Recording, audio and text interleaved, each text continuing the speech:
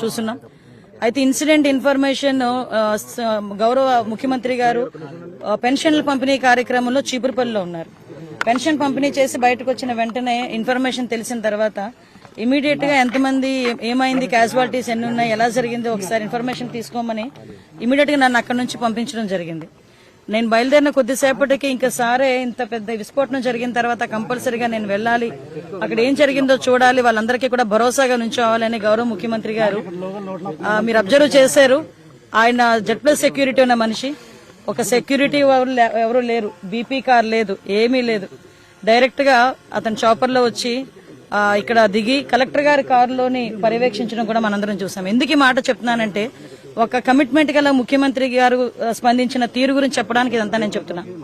At the same time అదే టైంలో ఇక్కడికి రావటం, ఇక్కడికి వచ్చి మొత్తం ఈ స్థల పరిశీలన చేయటం, అక్కడికి మార్చురీ దగ్గరికి వెళ్లి అక్కడ ఉన్న మృతదేహాలని వాళ్ళ కుటుంబ సభ్యులని మృతదేహాలను చూసి వాళ్ళ కుటుంబ సభ్యులను కూడా పరామర్శించి GGH కి కాకినాడ వెళ్లి అక్కడ ఉన్న వాళ్ళందరినీ కూడా పరామర్శించి అక్కడ ప్రెస్ కి కూడా అడ్రస్ చేయడం జరిగింది.